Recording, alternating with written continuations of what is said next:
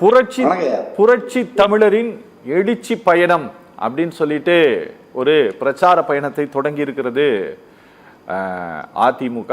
பொதுச் செயலாளர் அவர் போயிட்டு இருக்கிறாரு எல்லா இடத்துலையும். மேட்டுப்பாளையத்தில் தொடங்கி இருக்கிறாங்க. உங்களோட மாவட்டம் தான், உங்களோட எல்லைக்குள்ள இருக்கக்கூடிய ஒரு மாவட்டம் தான் அது.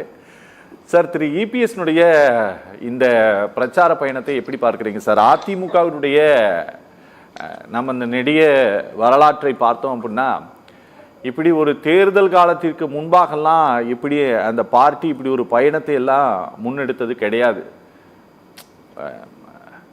நீங்கள் எம்ஜிஆர், ஜெயலலிதா இவர்கள் எல்லாம் இப்படி ஒரு பயணத்தை தேர்தலுக்கு முன்பாக ஒரு 8-9 மாதத்துக்கு முன்னாலெல்லாம் இப்படி மேற்கொண்டது கிடையாது.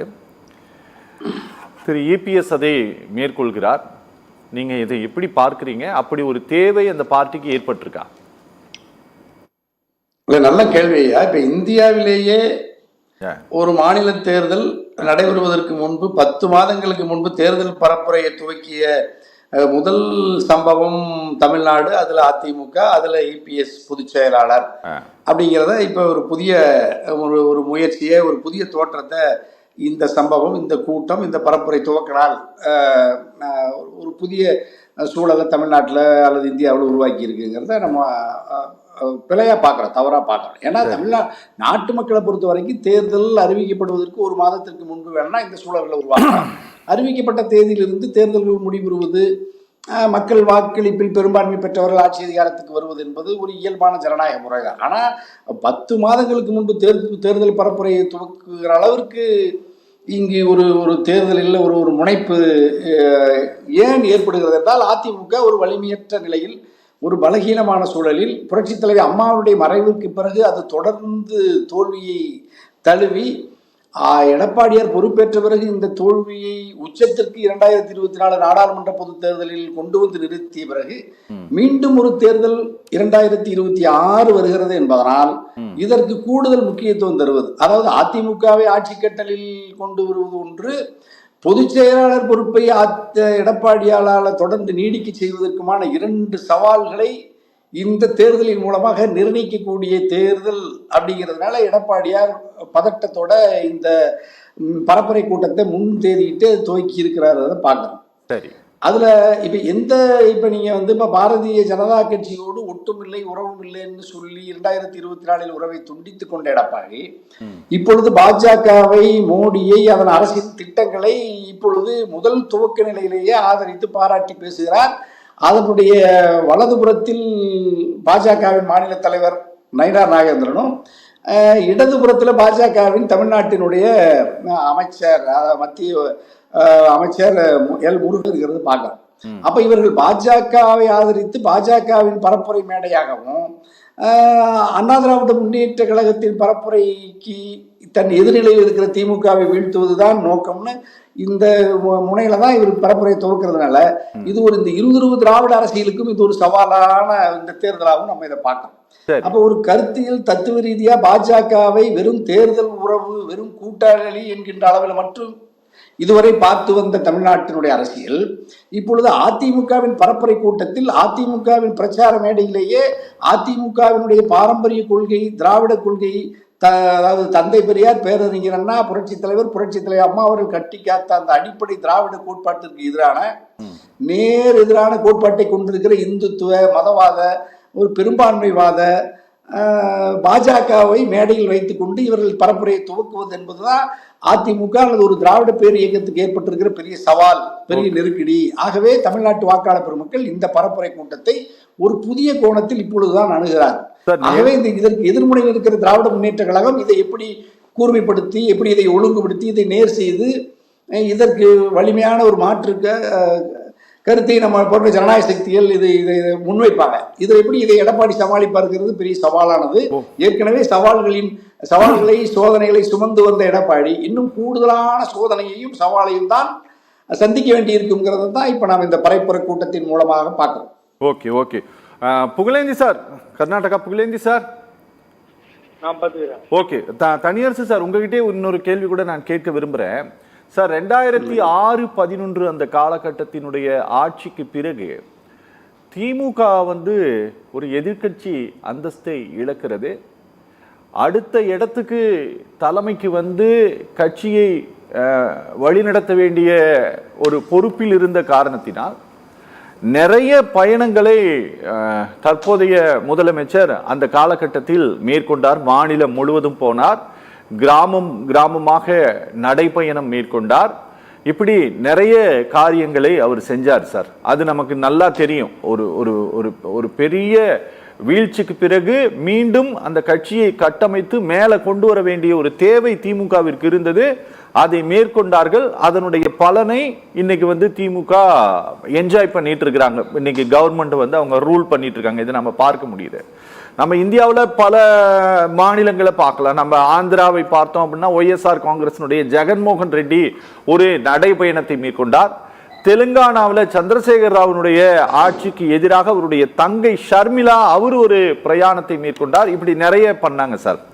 ஆனா ஒரு 10 ஆண்டுகள் ஒரு மாநிலத்தை ஆட்சி செய்துவிட்டு வெறும் ஒரு 4 ஆண்டுகள் மட்டுமே நிறைவடைந்திருக்கக்கூடிய திமுகவுக்கு எதிராக ஒரு ஆட்சி மாற்றம் இங்கு அவசியம் வேணும், அவ்வளவு கொடூரங்களும் பாதகங்களும் இந்த கவர்மெண்ட்ல நடந்துட்டு இருக்கு அப்படிங்கிற மாதிரியான ஒரு பிரச்சாரத்தை இன்னைக்கு திரு இபிஎஸ் முன்னெடுத்து கொண்டு இருக்கிறார் சார். சார், இது மக்கள் மத்தியில் இது எடுபடுமா சார்? முதல்ல இந்த பிரச்சாரம் இல்லையா? இப்ப அரவிந்தாவுக்கு தெரியும், புரட்சி தலைவர் அம்மா மறைவுக்கு பிறகு தொடர்ந்து ஆட்சி அதிகாரத்தில் இருந்த எடப்பாடியார் 2021 வரை நடந்த அனைத்து தேர்தல்களிலுமே தோல்வியே தழுவினார். குறிப்பா 2019 நாடாளுமன்ற தேர்தலில் முழுமையாக தன்னுடைய செல்வாக்கை இழந்து அந்த பாஜக அதிமுகவினுடைய அணி தமிழ்நாட்டு மக்களால் நிராகரிக்கப்பட்டது, தோற்கடிக்கப்பட்டது. அப்ப நீங்க 2021 ஆட்சியை இழந்த எடப்பாடி உள்ளாட்சி தேர்தலிலும் நடந்து முடிந்த இடைத்தேர்தலிலும் நடந்து முடிந்த 2024 நாடாளுமன்ற தேர்தலிலும் வரலாற்றில் எப்பொழுதும் இல்லாத தோல்வியை சந்தித்த எடப்பாடியார் எதிர்கட்சி தலைவர் அப்பொழுதும் இந்த பரப்புரையில் இன்று என்ன குற்றச்சாட்டை வைத்தாரோ அதே குற்றச்சாட்டை தான் 2024 நாடாளுமன்ற தேர்தல் உள்ளிட்ட பல பரப்புரை கூட்டங்களிலே வைத்தார். ஆனாலும் தமிழ்நாட்டு மக்கள் எடப்பாடியாருடைய இபிஎஸ்னுடைய இந்த கருத்தை அல்லது பாஜகவினுடைய அந்த கருத்தை தமிழ்நாட்டு மக்கள் நிராகரித்துவிட்டு திராவிட முன்னேற்ற கழகத்தின் தமிழ்நாட்டினுடைய முதல்வரின் கருத்தை, கூற்றை, அவருடைய அந்த விமர்சனங்களுக்கு பதிலளித்ததுடைய உண்மையை அறிந்து கொண்டு தமிழ்நாட்டின் வாக்காளர் பெருமக்கள் திமுகவையும் அதன் தலைவர் தளபதியையும் முதலமைச்சரையும் தான் ஆதரித்திருக்கிறார். ஆகவே அவர் இப்பொழுது 2026 எடப்பாடி அதே ஆயுதத்தை தான் பயன்படுத்துகிறார். தமிழ்நாட்டு மக்கள் வாக்காளர்கள் எப்படிப்பட்ட ஆயுதத்தை மீண்டும் ஆதரவாக திராவிட முன்னேற்ற கழகத்தின் அணிக்கும் திராவிட முன்னேற்ற கழகத்தின் தலைவருக்கும் முதல்வருக்கும் துணை நிற்பார்ப்பதற்கான சூழல் இப்பொழுது கூடுதலா இருக்கிறது தான் இப்பவும் நான் பாக்குறேன்.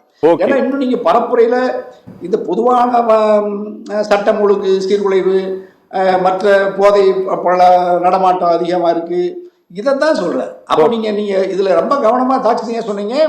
அதாவது இப்ப கிராம சபை கூட்டங்களை நடத்தி பல்வேறு பரப்புரைகளை நடத்தி திராவிட முன்னேற்ற கழகம் அப்பொழுது பலகீனமாக இருந்த நிலையில் கூட திராவிட முன்னேற்ற கழகம் திட்டமிட்டு பரப்புரையை ரொம்ப கவனமாக நகர்த்தியது. அப்பொழுது மத்தியில் அரசு மாநில அரசில் ரெண்டிலும் பதவியில் இருந்த அதிமுகவும் பாஜகவையுமே தொடர்ந்து தோற்கடிப்பதற்கு அந்த பரப்புரை வினையாற்றியது, துணையாற்றியது. ஆனால் நீங்க எந்த இடத்துல தளபதி வெற்றி பெற்றார் என்றால் பாரதிய ஜனதா கட்சியினுடைய மக்கள் விரோத திட்டங்களையும் கொள்கைகளையும் தான் திராவிட முன்னேற்ற கழகம் அதனுடைய கூட்டணி கூர்மைப்படுத்தி தமிழ்நாட்டில் தொடர்ந்து குற்றச்சாட்டுகளை, விமர்சனங்களை வைத்தது. தமிழ்நாட்டு மக்கள் பாஜகவின் திட்டங்களுக்கு எதிராகத்தான், பாஜகவுக்கு எதிராகத்தான், பாஜகவின் கரம் பற்றி வருகிற அதிமுகவைத்தான் தோற்கடித்தார். ஆனால் எடப்பாடியார் பாஜகவை நண்பனாக்கி கொண்டு கரம் பற்றி கொண்டு திராவிட முன்னேற்ற கழகத்தை வீழ்த்த வருவதுதான் எடப்பாடிக்கு பெரிய சுமை, பெரிய சவால். அப்படித்தான் நீங்க எடப்பாடி தொடர்ந்து தோல்வியை தழுவுகிறார் என்பதை நம்ம பொருத்தி பார்க்கணும். இந்த தேர்தலில் பாஜக அதிமுகவுடைய இந்த கூட்டு, இவர்கள் இணைந்து பயணிக்கிற இந்த பரப்புரையை தமிழ்நாட்டு மக்கள் ஏற்பதற்கான வாய்ப்பு குறைவு. முதல்வரை வீழ்த்துவது அவ்வளவு இலகுவான சூழல் இப்போதைக்கு இல்லையா? 2024 பார்லிமெண்ட் எலெக்ஷனுக்கு முன்பாக சார் என்ன நடந்தது அப்படிங்கறத நான் உங்களுக்கு கொஞ்சம் நினைவூட்ட விரும்புகிறேன். பார்த்துட்டு இருக்கக்கூடிய அதிமுகவினருக்கும் கூட ஞாபகப்படுத்த விரும்புகிறேன் சார். பிப்ரவரி மாதம் 7ஆம் தேதி சார், 2024 பிப்ரவரி மாதம் 7ஆம் தேதி நீங்கள் தமிழ்நாட்டிலிருந்து ஒரு 15-16 பேரை ஒரு விமானத்தில் கூட்டிகிட்டு போனாங்க. பிஜேபி அப்போது மாநில தலைவராக இருந்த திரு அண்ணாமலை ரொம்ப ஸ்பெஷலாக பொத்தி பொத்தி பாதுகாத்து ஒரு 14-15 பேரை கூட்டு போனாங்க. உங்களுக்கு நினைவு இருக்குன்னு நினைக்கிறேன். நான் அந்த பெயர்களை கொஞ்சம் படிக்கிறேன். Vadivel, challenger Duraiswamy, PS Kandasamy, MV ரத்னம், சின்னசாமி, கோமதி சீனிவாசன், தங்கராஜ், ஜெயராமன், SM வாசன், PS அருளே, அப்புறம் R Rajendran, AA Karuppusamy, S குருநாதன், செல்வி முருகேசன், ரோகிணி, தமிழழகன், டாக்டர் குழந்தைவேலு, முன்னாள் பாராளுமன்ற உறுப்பினர்.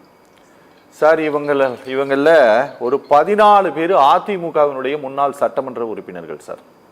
உங்களுக்கு நினைவு இருக்கும்னு நினைக்கிறேன். அதாவது அதிமுக கூட்டணிக்குள்ள வரல அப்படிங்கிற காரணத்தினால், பிரிந்து போன காரணத்தினால், நாங்க அதிமுகவுக்குள்ள இருக்கக்கூடியவங்களே எடுக்கிறோம் அப்படிங்கிறதை காட்டுவதற்காக இதை அவர்கள் செய்தார்கள். நல்ல கொரோனா காலத்தில் ஒன்று நடந்தது சார். நம்மளுடைய 1000 விளக்கு சட்டமன்ற உறுப்பினராக இருந்த கூக்கா செல்வத்தை சார் நீங்க நம்ப மாட்டீங்க சார், ரயிலுக்குள்ள அனுமதி இல்லாத போது ஒரு தனி பிளைட்ல கூட்டு போனாங்க அவரை கட்சியை இணைப்பதற்காக. இது கடந்த காலத்தில் நடந்த சம்பவங்கள் சார். இன்னைக்கு எல்லாரும் சொல்றத போல சார், நாங்க ஆட்சிக்கு வந்தா என்னென்னலாம் பிஜேபி செஞ்சுட்டு இருந்தது அப்படிங்கிறத பட்டியல் போட்டு சொன்னாரு எந்தெந்த மாநிலங்கள்ட்டு.